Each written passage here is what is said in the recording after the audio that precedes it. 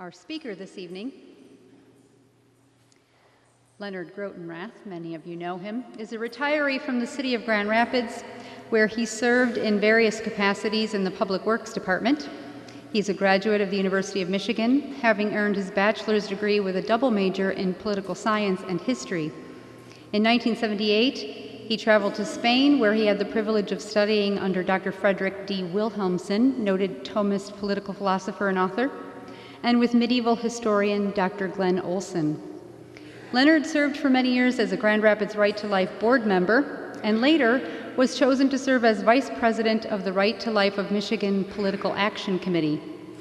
He was a founding member of the first direct action pro-life group here in West Michigan, Citizens Reaching You, CRY, which was a precursor to such groups as Operation Rescue and 40 Days for Life. He was also a member and officer in Catholics United for the Faith and authored several articles for that organization's publication, Lay Witness. He's a member of Sacred Heart of Jesus Parish, and his presentation this evening is entitled The Sky Grows Darker Yet, which G.K. Chesterton fans will recognize from the Ballad of White Horse. Please help me welcome Leonard Grotenrath.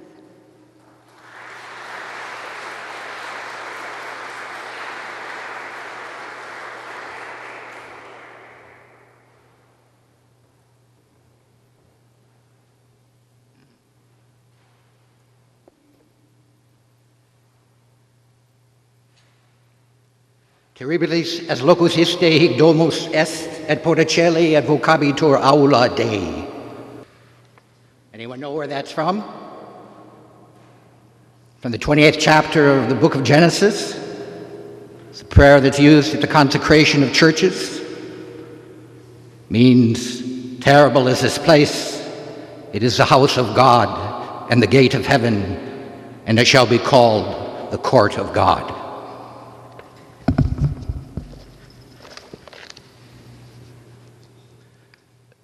With some churches, that's sometimes difficult to recognize, but fortunately, this church fits the description.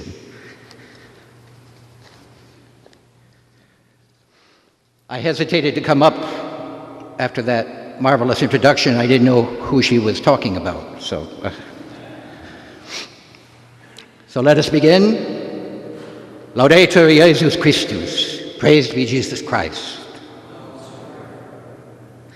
Reverend Fathers, fellow Catholics, you who are annealed in the Word and Sacrament, in the crucible of the faith, that faith which is one, holy, Catholic, and apostolic, may I invite you to join with me in that hallowed gesture at once so familiar and so dear,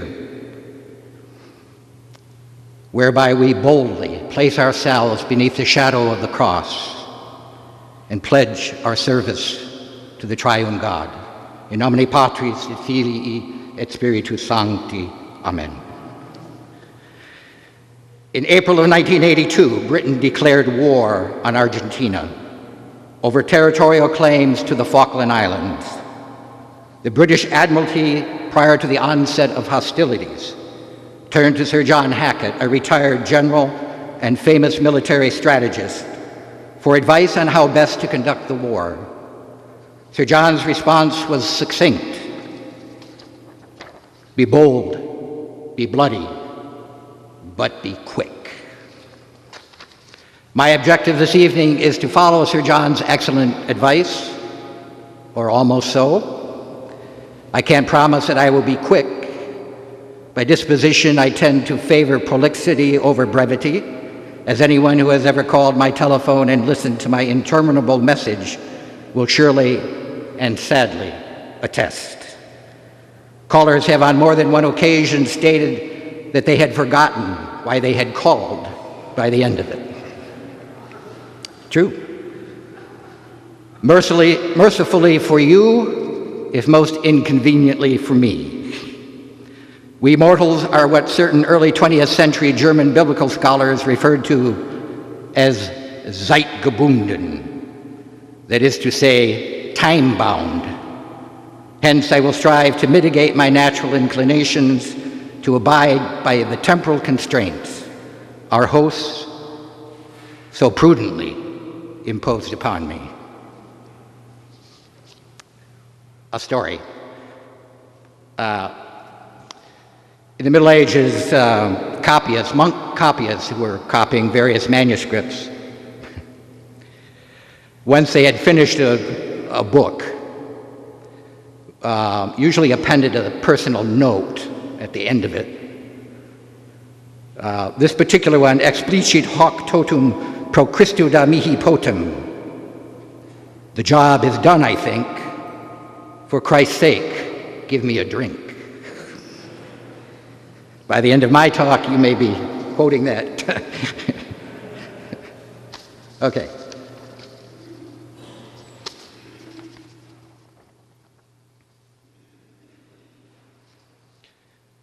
An explanation is in order about the title of this talk, The Sky Grows Darker Yet.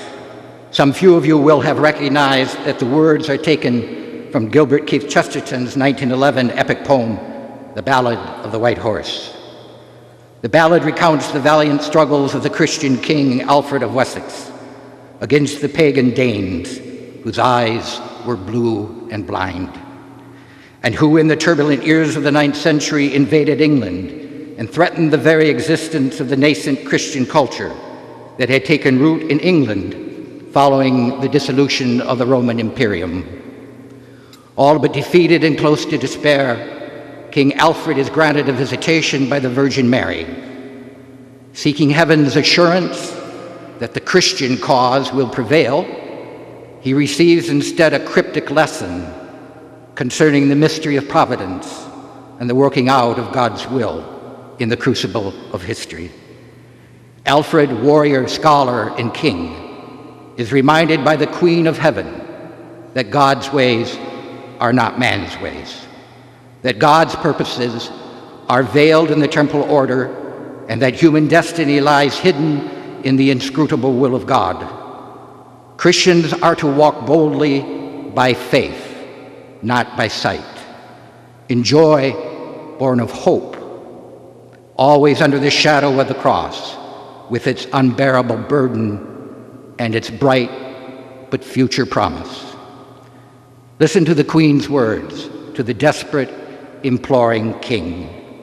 The men of the East may spell the stars, and times and triumphs mark, but the men signed of the cross of Christ go gaily in the dark.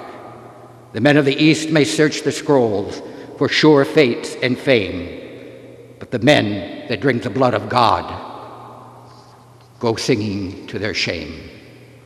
The wise men know all evil things under the twisted trees, where the perverse in pleasure pine, and men are weary of green wine and sick of crimson seas.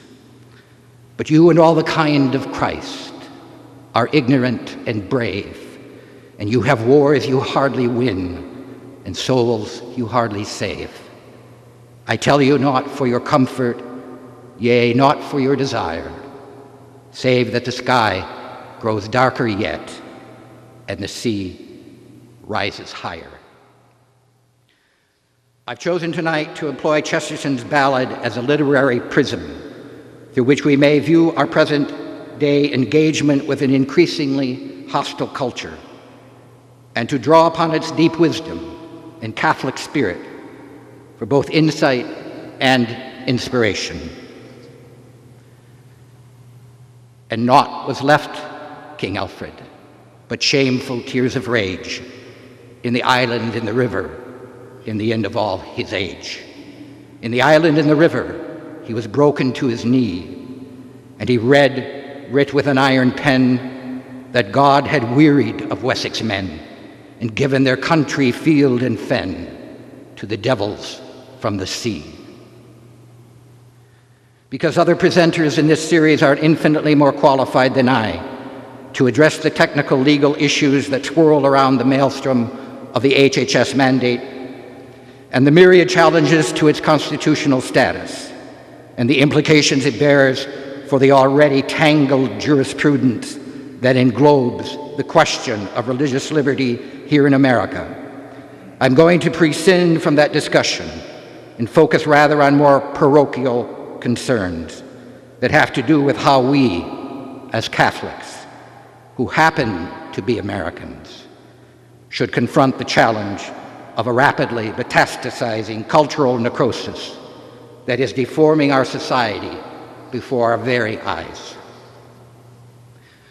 That America is morphing into something ugly and unfamiliar, I'm going to take as a given, a premise which I presume, perhaps without justification, you share with me. When not too long ago, His Eminence, the Cardinal Archbishop of Chicago, Francis George, was quoted as saying that he expected to die in his bed, but that his successor would likely die in prison, and his successor die a martyr. There were those who dismissed such talk as unwarranted hyperbole.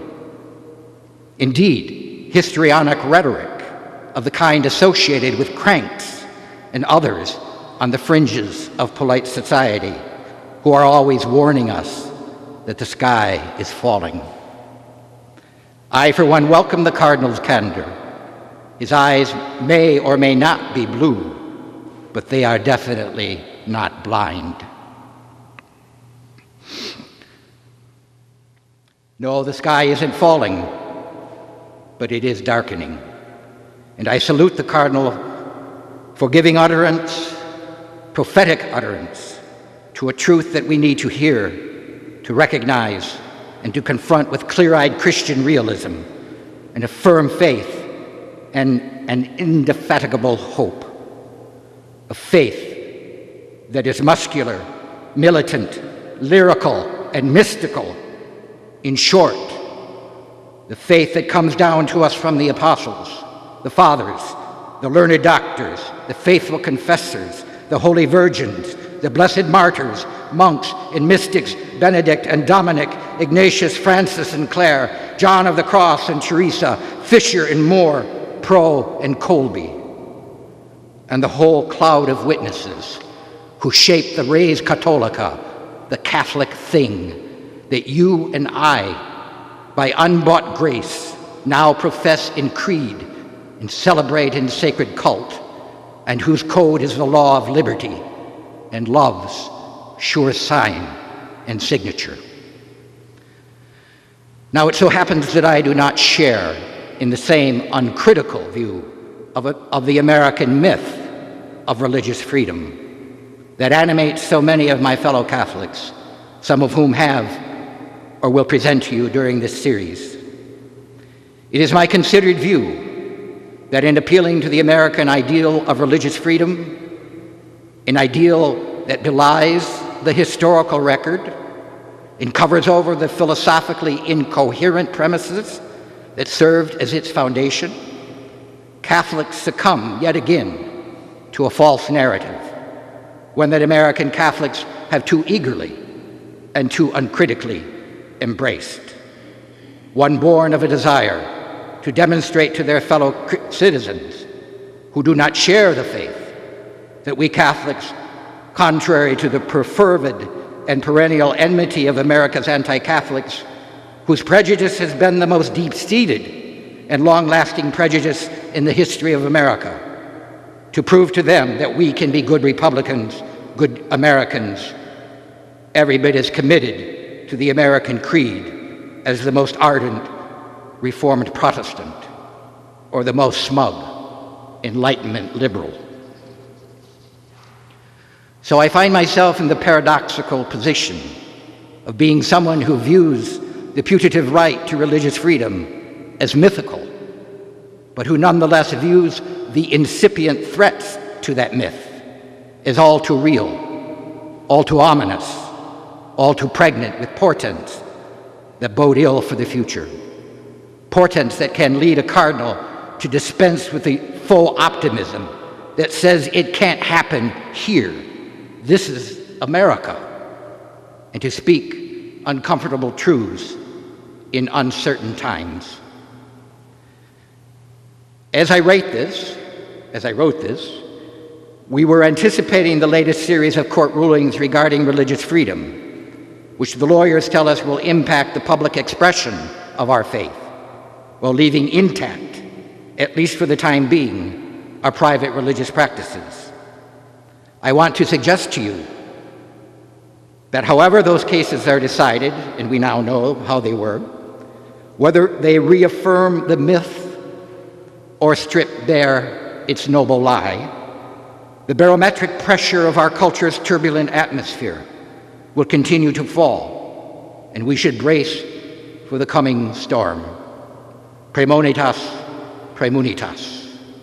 To be forewarned is to be forearmed. Doubtless more than a few of you are troubled by my skepticism regarding the ideal in the idea of religious freedom in its American form. Allow me to rehearse briefly some recent history which may help illuminate why I am disposed to offer up at least, or at best, one rather tepid cheer for the American understanding of religious freedom. What I refer to as the myth of religious freedom has, like all myths, a history. But a very crucial part of that history is of recent vintage. And though time constraints compel this iteration of that history to be woefully cursory, I think it is salutary to risk the inevitable oversimplification such a telling entails. Following World War II, American Catholics found themselves in very unusual circumstances. Catholics who throughout the history of America had always been the focus of suspicion and treated as aliens, people who were enthralled by priestcraft and who secretly owed allegiance to a foreign potentate, suddenly achieved a measure of respect. The general relief that followed upon a successful conclusion to a terrible war and the advent of a burgeoning prosperity that seemed so promising for a bright future contributed to this unusual state of affairs. In his 1955 book, Protestant, Catholic, and Jew, the Jewish sociologist Will Herberg chronicled the remarkable civic goodwill and the resulting civic harmony that seemed to characterize America in the middle decade of the 20th century. Religion was a highly respected and publicly honored aspect of American life, and there developed a broad consensus regarding morality, whether public or private, that Catholics found congenial to their understanding of what the natural moral law prescribed. Whatever religion Americans adhered to individually, they had a common civic religion grounded in a shared commitment to American ideals of freedom and the rule of law with its guarantee of religious liberty. And while the two were never totally free of tension, they were thought to complement rather than contradict each other. During this period of religious and civic comity, and in large measure due to its benign influence, the brilliant Jesuit political theologian John Courtney Murray undertook the task of demonstrating not only that the Church's compatibility with American ideals and practices, but even urged the Church to embrace the American view of church-state relations, a view that was, at the very least, prima facie, on the face of it, contrary to the judgment of the papal social magisterium of the 19th and early 20th centuries. Ironically, exhibiting the kind of subtlety that had for most of our history earned the Jesuits the enmity of Protestant America, Murray set about to reconstitute the received myth of the founding father, of the American founding, seeking to place on a firmer foundation, situated on a firmer foundation than had been erected by its Reformed Protestant and moderate Enlightenment progenitors. I say ironically and deliciously so, because here we had a Jesuit exercising that legendary Jesuitical legerdemain, sleight of hand, not in the service of undermining the American Republic, which had been the perennial charge leveled by anti-Catholic Americans against the Jesuits, both before and after the American Revolution, but rather in a vigorous defense of America's liberal polity and its innovative solution to church-state relations amidst sociological and political conditions wherein religious pluralism was an undeniable fact. The American hierarchy, which for years, especially during the 19th century, had squabbled over just how far a Catholic could go in accepting the American way and still remain a Catholic, seized upon Murray's sophisticated and satisfying, to them anyway, reconciliation of Catholicism with Americanism. Murray would go on to serve as a theological expert at the Second Vatican Council and, so the conventional wisdom has it, be the principal architect of the Declaration on Religious Freedom, Dignitatis Humanae, perhaps the most controverted document of the Council. That both neo-Catholics like George Weigel and Michael Novak and Lefebvrite Catholics believe this to be the case is as interesting as it is ironic, given that revisionist studies are calling Murray's role and the extent of his alleged influence into serious question. Just to illustrate how different the period of, say, the early decades of the 20th century to the mid-1960s was from previous periods in our history, and from our own, let me serve up a few tidbits. In 1946, Time magazine devoted an issue to proving that the devil exists. Contrast this with Time magazine of today, or what's left of it, which unwittingly, to be sure, confirms in every issue that the devil must exist. I am reminded here of Ronald Knox's mordant comment concerning the modern world and the devil. He said that he thought the modern world's disbelief in the devil particularly stupid, given that the devil was the only plausible explanation of the modern world. And speaking of Time magazine, the wife of Henry Luce, the Rupert Murdoch of his era, Clare Booth Luce, was received into the Catholic Church in this period by one Monsignor Fulton J. Sheen to general public acclaim. The same Monsignor Sheen, whose television show, A Life Worth Living, was viewed enthusiastically by vast numbers of Protestants. Graduates of Fordham University, a Catholic school in the Jesuit tradition, accounted for most of the personnel of the FBI, whereas one wag observed, they spent their careers spying on the graduates of Harvard University. Even Hollywood was producing feel-good movies that portrayed Catholicism in a favorable light. And this is the time frame in which Murray wrote and advanced his famous defense of the Articles of Peace between the Church and the State in pluralist America. Articles that guaranteed religious freedom within the juridical order and left all those complicated metaphysical and theological issues swirling around questions of the true religion and the duty of the state with respect to it, to be endlessly and politely debated over tea or single malt, whatever your preference, within the sphere of the social order, wherein persuasion and not compulsion was the proper mode of conduct. This bracketing of the controversial and admittedly complex metaphysical and theological questions by Father Murray puts me in mind of Francois Arouet Voltaire's humorous dismissal of scholastic metaphysics, which for him were utterly opaque. Quand celui à qui l'on parle ne comprend pas et celui qui parle ne se comprend pas, c'est de la métaphysique. The translation, and attend carefully, when neither the speaker nor his audience understands what the speaker means, that is metaphysics.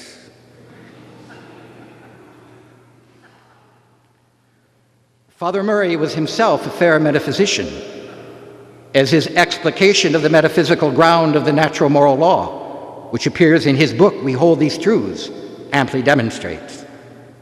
Father Murray, like the good liberal he evidently was, believed that one could exempt the juridical order from its proper ordination to an intrinsic dependence upon what is an an existential unity in the ontological order, wherein being is the rule and the measure of thinking, the real is the pediment of the conceptual. The truth of any judgment is that judgment's conformity to what is and not the other way around. The ontological measures the epistemological. At this point, you're all thinking Voltaire had it right. Commenting upon John Courtney Murray, my teacher Frederick Williamson said that when one discusses Murray's thesis, which he had set forth in many journal articles and in his justly famous book just alluded to, a book written in 1960, we hold these truths. One must be attentive not just to the history in the book, but to the history englobing the book. Murray could write what he did because the times in which he wrote served to render his suppositions plausible. To borrow from the great Lutheran sociologist Peter Berger, there were in place sufficient plausibility structures within the culture of that period to sustain Murray's argument. But alas, those dour German biblical scholars were proved yet again to be correct. We are all of us, even brilliant Jesuit scholars like Murray, zeitgebunden. The optimism that buoyed and braced Murray, and we might add as a throwaway, suffused the later Vatican II pastoral constitution, Gaudium et Spes, was not destined to survive the 60s. The rest of that story is all too well known to us, and there is no need to recount it in its depressing detail. Today we are being drawn inexorably into a confrontation, not with an old and brutal paganism from across sunlit seas, but with bureaucrats and barristers who brandish laser-printed court decrees the way real men of manlier times once wielded bright swords and sharpened steel. Even so, these new and neutered legates of the swollen modern state effect with equal malice the stripping of the public square of any sign or symbol of the sacred and the transcendent. Like poor Wessex, besieged and ravaged, our towns were shaken of tall kings with scarlet beards like blood. The world turned empty where they trod. They took the kindly cross of God and cut it up for wood. The intersection of religion and politics is never free of tension, as history demonstrates. The Protestant Reformation shattered what was left of the unity of the Catholic res publica, the political order that had grown up in the rich loam of that era, that was in soul and sinew Catholic and Christian, and which is lauded or derided as Christendom. John Ruskin, that almost Catholic contemporary of the almost excommunicated Catholic Lord Acton, in comparing medieval Christendom to the modern world, wrote, "On the whole, these modern ages are much sadder than the early ones. Not sadder in a noble way, but in a dim, wearied way, the way of ennui and jaded intellect, in uncomfortableness of soul and body. The Middle Ages had their wars and agonies, but also intense delights. Their gold was dashed with blood, but ours is covered in dust. Their life was interwoven with white and purple. Ours is one seamless stuff of brown." The Middle Ages had their own difficulties, to be sure, but witnessed at their best a remarkable configuration within its institutional diversity that honored the distinction between authority and power, the former being the prerogative of the Holy Church of God, and the latter the prerogative of the consecrated kings of Christendom. Today, the Church has been divested not only of any power in the public sphere, but has been isolated and marginalized to such an extent that its divine commission to speak the truth, and to speak the truth to power, which is the function of authority in the public realm, has been so compromised and attenuated as to leave the church as little more than a sect, as impotent as any other sect, which, and I must be candid here, is precisely what the liberals who devised the American approach to religious freedom intended. Whether one opts for Madison or Jefferson's view of religious freedom, the truth of the matter is that both estimable gentlemen were concerned not with freeing religion, but with taming it, in depriving it of any claim to authority over the state. They spoke eloquently of the need for religious sanction to undergird and promote the virtues that were instrumental and indispensable to the proper and successful undertaking of Republican government. But like all true liberals, denied the legitimacy of any claim to knowledge of the good, at least any good, by virtue of its truth, would be prior to and binding upon the autonomous wills of free men whose right to think and to act could be circumscribed only with their consent. The history of Catholicism in America has been characterized by a tension that has waxed and waned, and which is now growing increasingly taut. So much so that we may at least entertain without fear of ridicule the thought that the myth of religious freedom, which we Catholics have as much as any other group done so much to perpetuate, may now be in the process of being unmasked, and its true design made visible, and the consequences of our self-deception made painfully apparent. In the absence of a true common good that is recognized and which is actively pursued in public and private as the telos, the end of the res publica, political relations devolve into struggles over power, and no one to my mind has ever uttered a better description of this, or a better depiction of what liberalism stripped of its pretensions looks like, than William Shakespeare in his The History of Troilus and Cressida. Then everything includes itself into power, power into will, will into appetite, and appetite a universal wolf, so doubly seconded with will and power, must make perforce an universal prey, and last, eat up himself. It is only natural for us to hope that the current trends can be reversed and the myth retained. The so-called Tea Party Catholics, men and women of unquestioned goodwill and generous spirit, seem intent upon realizing that hope.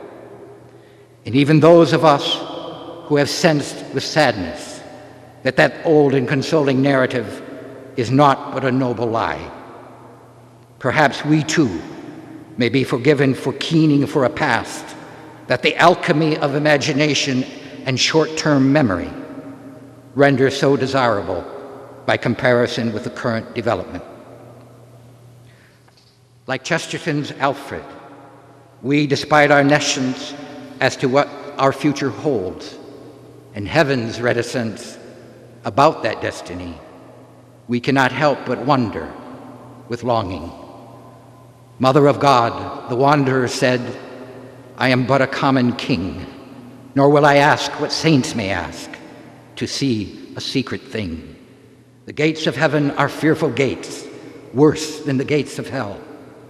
Not I would break the splendors barred or seek to know the thing they guard, which is too good to tell.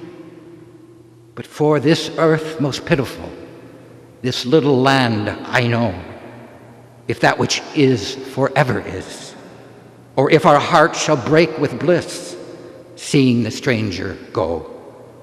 When our last bow is broken, Queen, and our last javelin cast, under some sad green evening sky, holding a ruined cross on high, under warm westland grass to lie, shall we come home at last? One astute observer, the Catholic sociologist and former Democratic legislator David Carlin, offers us his best guess as to the likelihood of realizing the Tea Party Catholics' dream of America. He writes, "In sum, the Church will be forced to retreat to a new Catholic quasi-ghetto. But unlike the old Catholic ghetto, which was optimistic, building up its strength, looking forward to the day when its people would be first-class Americans, this new ghetto will be pessimistic, carrying a memory of failure, realizing that true Catholics will never have an important role to play in what will, by that point, be America's thoroughly secularized dominant culture. This saving remnant will have little or no influence on the larger American society, almost as little or no influence as the Amish or the Hasidic Jews have. Night shall be thrice night over you, and heaven an iron cope. Do you have joy without a cause? Yea, faith without a hope." But Professor Carlin's vision of what the Church in America will look like in the future conflicts with what the Church is called to be importune opportune, in season and out of season, the hound of heaven that thirsts and pursues with passionate intensity the parvuli Christi, the little lost ones, the poor of Christ, wherever they may be found, whether in penthouses on Fifth Avenue or in the gutters of Calcutta. In his seminal book, L'Oraison Problème Politique, Jean Cardinal Danielou expressed his vision of the Church. "I have no liking for Christians who will not touch the facts of human existence for fear of soiling their hands. The Christians who struggle to make Christianity effective in the world, even at the cost of painful blows. Those I admire. I love that Church, which plunges into the thickets of human history and is not afraid of compromising itself by getting mixed up with men's affairs, with their political conflicts and their cultural disputes.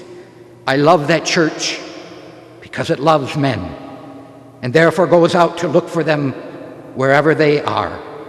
And I love, best of all, that Church which is mud-splashed from history because it has played its part in history. That Church of the poor, which is denounced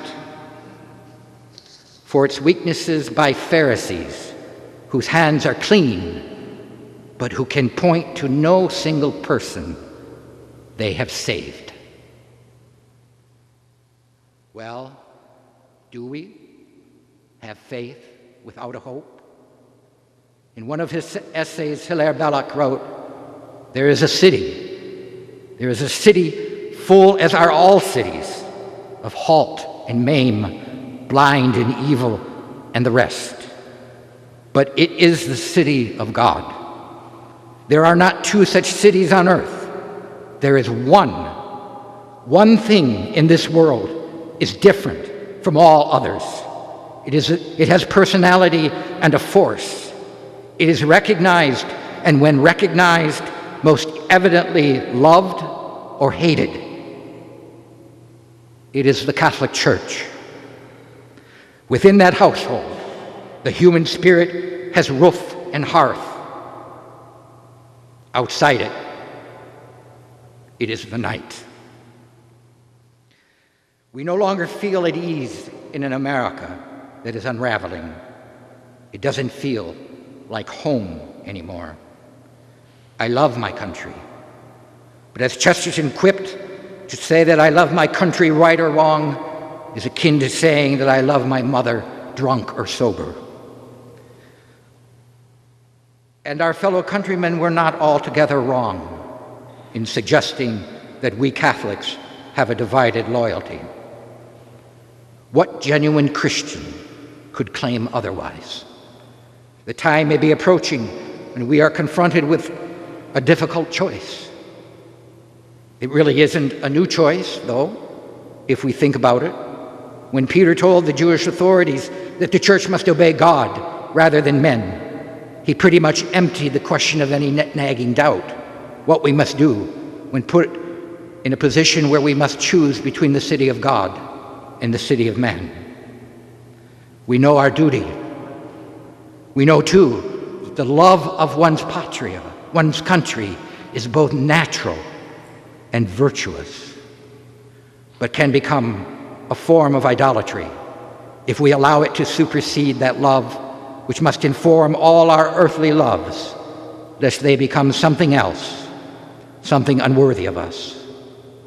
I speak of that love which rightly orders all other lesser loves to itself as to their source and finality, the love that moves the sun and all the stars, as Dante so beautifully described it. Of course, we can temporize.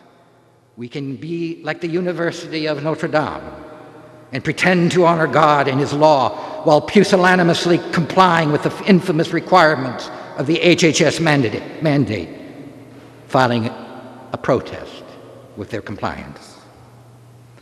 Recently, I was made privy to a letter that is being prepared on behalf of Notre Dame's Faculty for Life, a small but courageous pro-life group from among a very distinct minority of the faculty at Notre Dame, imploring the administration to end its compliance, its cooperation with evil, to stop supplying contraceptives and abortifacients to its employees, to be truly Catholic, and to end the scandal of a Catholic university doing the very thing that in their pleadings in court they stated they could not do because it would violate their consciences. I sometimes wonder what would be the reaction of Notre Dame. To echo St. Paul here, I'm speaking very foolishly. If Notre Dame refused to comply with the mandate and dared the federal government to fine them as the law dictates, and instead of paying the fines, followed the example of the Roman deacon St. Lawrence, who, when commanded by the Emperor Valerian to turn over all the gold and silver belonging to the church, brought before the emperor instead all the poorest of the poor in Rome, and bade the emperor to look upon the true treasure of the Church of God.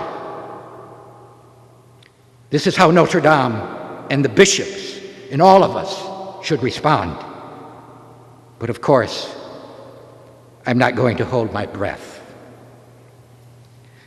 Doubtless, you have all seen or read Robert Bolt's magnificent play, A Man for All Seasons, about Sir Thomas More. Do you recall More's response to his daughter, Margaret, when she tries to dissuade him from his course, his adamant refusal to swear an oath that would make him complicit in the king's unlawful usurpation of the authority of Holy Church? He says, "Then perhaps we must stand fast a little, even at the risk of being heroes." Every school child is familiar with Martin Luther's alleged summation that he delivered at the Diet of Worms. "Hier stehe ich kann nicht anders, Gott helfe mir." Here I take my stand, I cannot do otherwise, so help me God. I would wager, however, that few, if any of you, have ever heard what His Most Catholic and Imperial Majesty Charles V said in response to Dr. Luther's temerity. It deserves our admiration and can serve as an object lesson for us, one that should inspire us to emulate his adamantine resolve to honor God and his church.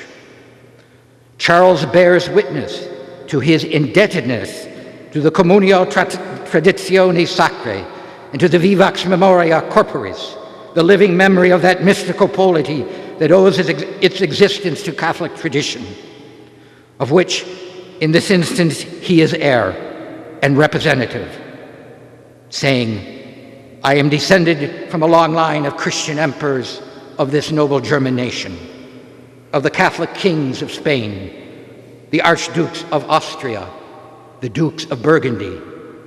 They were all faithful to the death to the Church of Rome, and they defended the Catholic faith and the honor of God.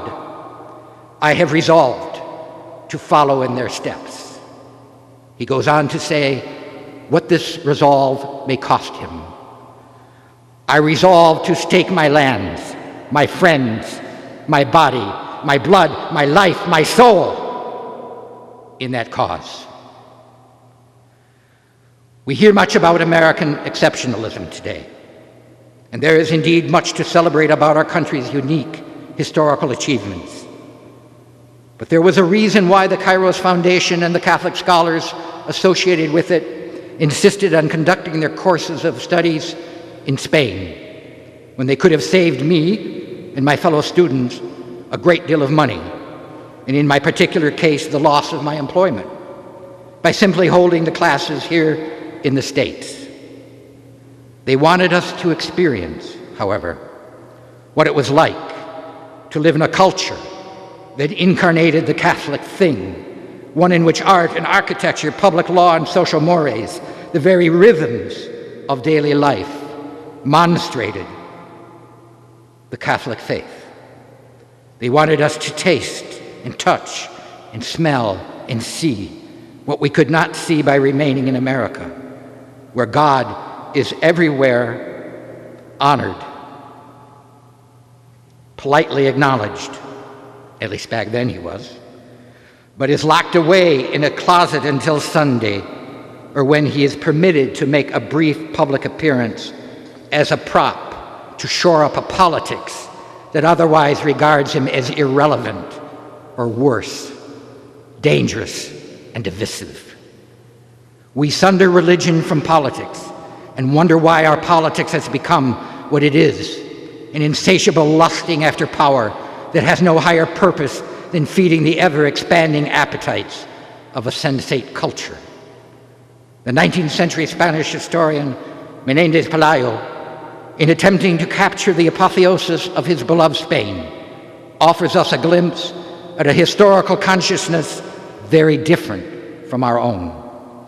España, Junio de San Ignacio, Martirio de los Herejes, Luz de Trento, Evangelizador de la mitad del mundo. Spain, cradle of St. Ignatius, hammer of the heretics, light of Trent, evangelizer of half the world. It is a mixed blessing that America has succeeded in leaching out of its citizens those human and political passions that too frequently lead men to commit folly and foment all manner of evil in the world.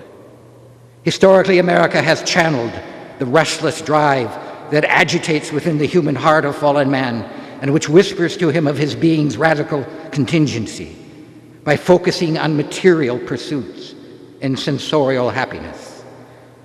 We were founded as a commercial republic, and commercial activity fills the void that otherwise might become home to other, far less benign passions. But one may recognize this and still lament the equal dampening of even rightly ordered desire, the kind of desire engendered by a love that aches for its fulfillment by giving of itself to higher purposes and nobler pursuits than mere material enrichment. Chesterton famously said of St. Francis that his faith wasn't a thing like a theory, but a thing like a love affair. Unless we begin to fan the flame of that kind of faith, we will have neither light nor warmth to ward off the deepening darkness and the coming chill of a culture rapidly succumbing to the relentless onslaught of a new barbarism, no less threatening for all that its harbingers are attired in Armani ties, in sport Rolex watches, in lieu of gorget and gauntlet. We must come to know ourselves again in a conscious act of recovery and renewal. We must hear the words of Blessed Peter and accept the burden of the dignity that has been bestowed upon us. For you are a chosen race, a royal priesthood, a consecrated nation, a people set apart. We must welcome the coming spiritual battle and bless the Lord who favors us with this opportunity to prove our worthiness to bear the name of Christ.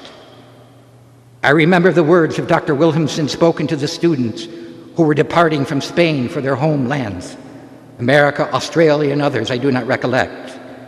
He encouraged us to plant the cross of Christ everywhere at home, to wield the sword of the Spirit in a battle that we doubtless could not win, but must nonetheless cheerfully pursue. For he said, a Catholic man without a battle is something less than a man. He is someone with a mortgage and a Ford. But the battle must be fought for our foes as well as against them.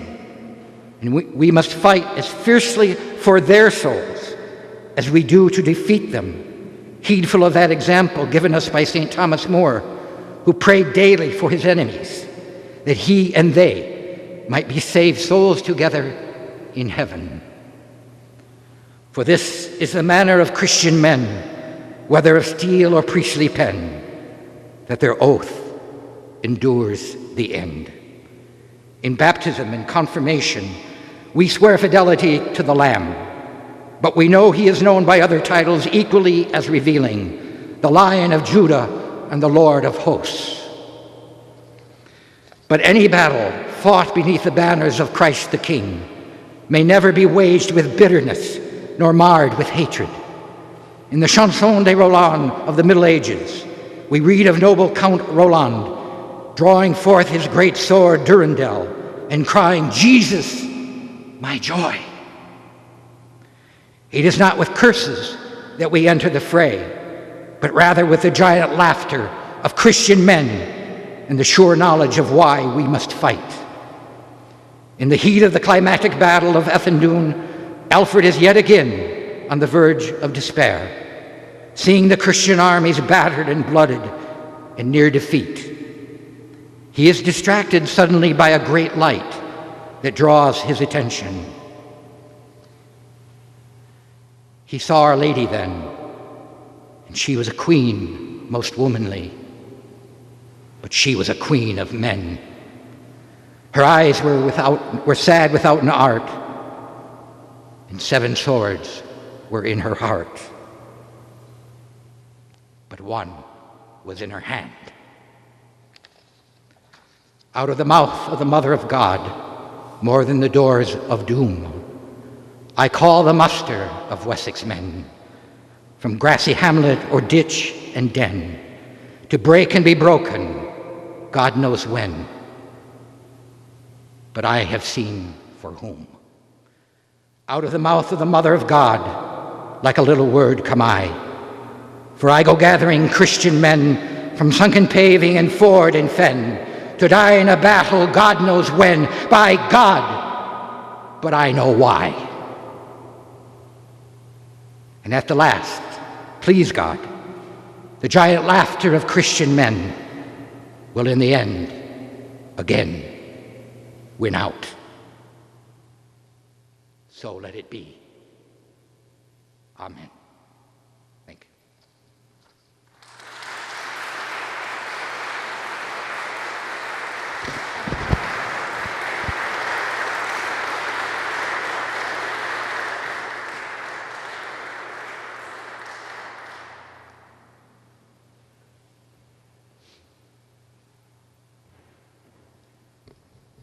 Proverbs tells us, where there is no vision, the people perish. So thank you, Leonard, for holding up that beautiful vision for us. And you are all here because you see that vision, what was, what is, and what could be. And as people who can see that vision, we are then impelled to hold that vision up to other people. So I hope you will join us downstairs for refreshments to continue the conversation and also to strengthen that vision in one another, and hopefully we will see you again tomorrow evening, and maybe you will bring along some other people whom you've infected with that beautiful vision. God bless you.